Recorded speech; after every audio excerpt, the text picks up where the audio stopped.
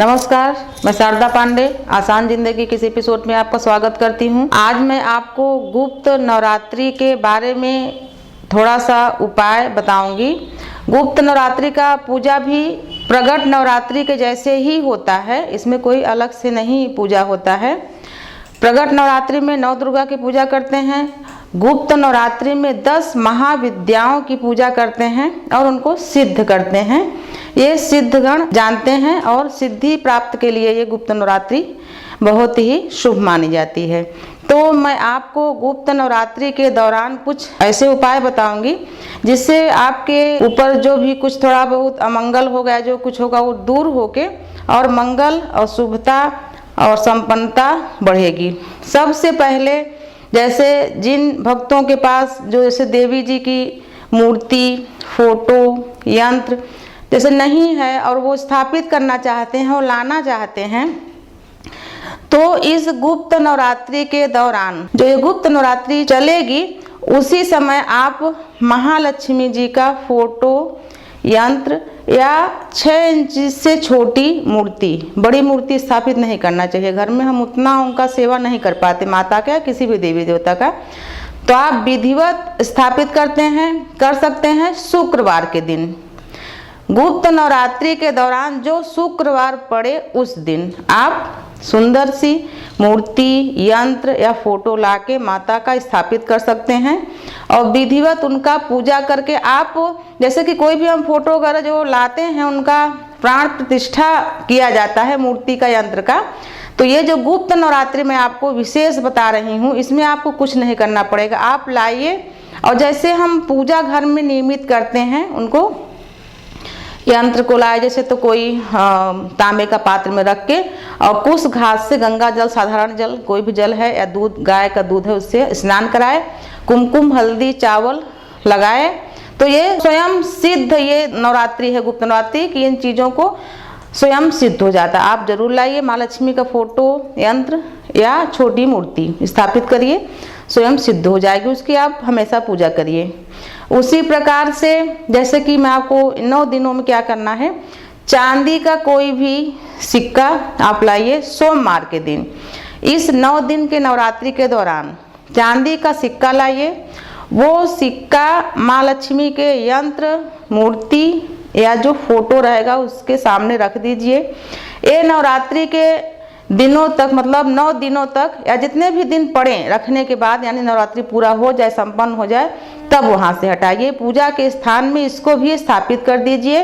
ये चांदी का सिक्का आप सोमवार को लाएंगे और उसी प्रकार से आप इसकी भी पूजा करेंगे जैसे यंत्र या मूर्ति या फोटो का करेंगे। इनको स्नान करा के गाय के दूध से या जल से या गंगा जल से कुमकुम, हल्दी और फूल चढ़ाएंगे। उसी प्रकार से कमल पुष्प भी माता को ला के चढ़ाना चाहिए।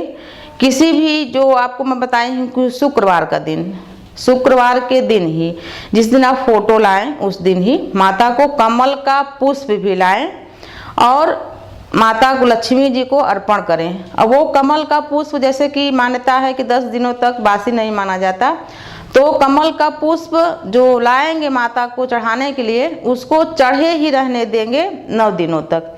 या जिस दिन जैसे शुक्रवार को आप चढ़ाए तो 9 दिनों तक, यानी नवरात्रि तक जिस दिन भी चढ़ाए, जितना भी दिन हो, 1, 2, 3 जितना भी दिन चढ़ सके उसको चढ़ाए रहें। और 9वें दिन जैसे विसर्जन जो होगा सामग्री, वो 9वें दिन आप उसको फूल को भी विसर्जन करें। 9 दिन तक उसको या जितने दिन भी नवरात्रि है चढ़े रहने दें। उसी प्रकार से जो सौभाग्यवती माताएं हैं घर की, अपने सौभाग्य के लिए, अपने सुहाग के लिए गुरुवार के, जो गुप्त नवरात्रि का गुरुवार है, उस दिन नहा धो के स्नान करके बाजार से खुद या किसी से भी आप एक तालिका बना लें 16 श्रृंगार का सामान। 16 श्रृंगार में जो भी होता है, सिंदूर से लेकर बिछिया तक, जो कि 16 सामग्री होनी चाहिए, वो आप बाजार से मंगवाएं। एक लिस्ट तैयार करके खुद मंगवाएं या खुद जाके ले आएं, किसी से मंगवाएं। गुरुवार के दिन जब आप पूजा करने जाएं तो एक किसी पात्र में, किसी भी पात्र में, जिसमें पहले भी बताई हूँ, किसी डलिया में या किसी भी थाली में, किसी चीज़ में गुरुवार के दिन ला के उसको शुद्धिकरण कर लें। पहले ला के, जैसे चूड़ी का डिब्बा है तो उसको खोल लें, उसमें जो सफ़ेद कागज़ लगे रहते हैं उसको अलग कर लें। कंघी है तो उसको पैक से अलग कर लें, इस टाइप का करके काजल को भी पैक से अलग कर लें और उस पर कुछ घास से गंगा जल छिड़कने के बाद थोड़ी सी हल्दी भी छिड़क दें सब सामग्री पर। फिर महालक्ष्मी को, माँ दुर्गा को, जो भी पूजा स्थान है जहाँ पर आप स्थापना करें हैं माता का, उनको अर्पण कर दें गुरुवार के दिन। और वो सामग्री भी 9 दिनों तक यानी पूरे नवरात्रि तक पड़ा रहे पूजा स्थान में ही। जब आप पूजा संपन्न कर लें, 9 दिन पूरा हो जाए, जैसे आप स्थापना गुप्त नवरात्रि का नहीं कर पा रहे हैं तो जो नियमित पूजा घर का होता है आप वहाँ भी ये सब सामग्री रख सकते हैं। अलग से अगर नहीं कर पाते तो कोई बात नहीं, वहाँ श्रृंगार का सामग्री आप रखें 9 दिनों तक। 9वें दिन जब हम विसर्जन करते हैं, या हम जैसे हम आपको पहले बताया, जैसे आप स्थापना नहीं कर पा रहे हैं तो डेली पूजा जहाँ करते हैं वहाँ रख लें। 9 दिन पूरा हो जाए, 10वें दिन वो श्रृंगार की सामग्री सौभाग्यवती माताएं आपस में बांट लें, वितरण कर लें।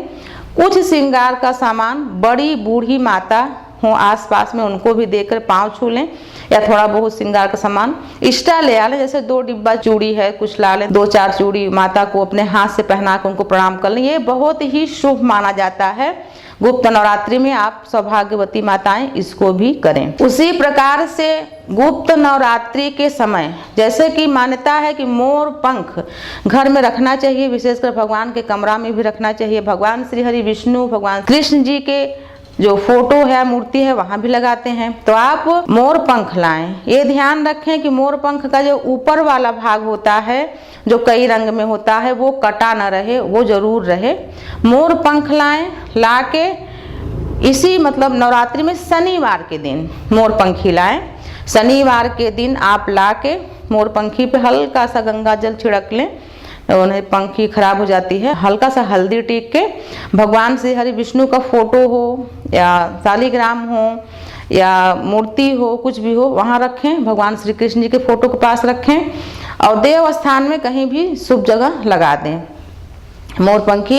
ये नवरात्रि के दौरान जो शनिवार पड़ेगा उसमें आपको करना है।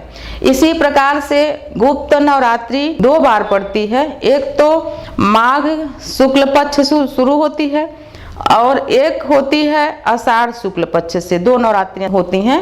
ये 10 महाविद्याओं की सिद्धि के लिए है, बहुत शुभ माना जाता है। इसमें जो घर गृहस्थ हैं वो कम ही करते हैं, जैसे भागवत है और महापुराण है, अखंड रामायण है, ये सब चीज़ कराते हैं अलग से। इसमें गुप्त दान का बहुत महत्व है। जैसे हम दान देते हैं तो बहुत सारे लोग ऐसे भी हैं, देखने में आए हैं, देते कम हैं और बताते ज़्यादा हैं, चिल्लाते ज़्यादा हैं, दिखाते ज़्यादा हैं कि हम इनको इतना दे दिए, ऐसा कर दिए, कई बार बताते हैं। ये तो किसी को नहीं करना चाहिए, लेकिन विशेषकर गुप्त नवरात्रि में आप गुप्त दान दें, इसका बहुत ही फल है। जैसे आप मंदिर में जाएं तो बंद मुट्ठी में, जैसे कि जो भी आपसे बन पड़े 100-50 जो भी 1-2 रुपए ही, तो आप ऐसे दान पेटी में ऐसे डालें कि आपकी दृष्टि भी न पड़े उस पर, आंख बंद करके, और कोई भी न देख पाए कि आप दान पेटी में कितना डालें। गुप्त दान इसी प्रकार से होते हैं कि हम किसी की मदद कर दिए, हम किसी का इलाज करा दिए, उस व्यक्ति को पता भी न चला कि कौन इलाज कराया। या किसी की बेटी की शादी हो रही है, वो परेशान है, गरीब है, तो हम उसको इस प्रकार से धन दिए कि हमारा नाम उस तक न पहुंचा कि भाई एक धन कौन दिया।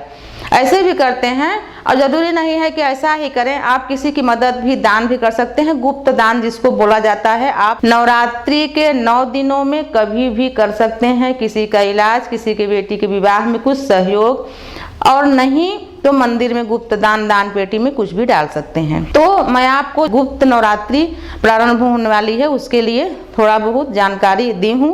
और बाकी गुप्त नवरात्रि का पूजा वैसे ही होता है जैसे प्रगट नवरात्रि की पूजा होती है, जिसमें 10 महाविद्याओं की पूजा होती है। जैसे कि धूमावती माता, तारा माता, ऐसे 10 महाविद्याएं हैं।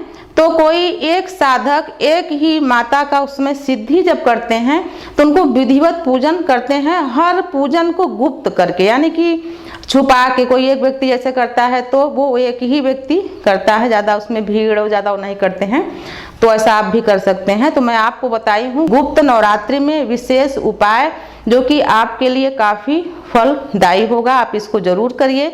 इसी प्रकार से मैं ऐसी ही जानकारियाँ आपको आगे भी देती रहूँगी। आप देखते रहिए आसान ज़िंदगी। तब तक के लिए नमस्कार।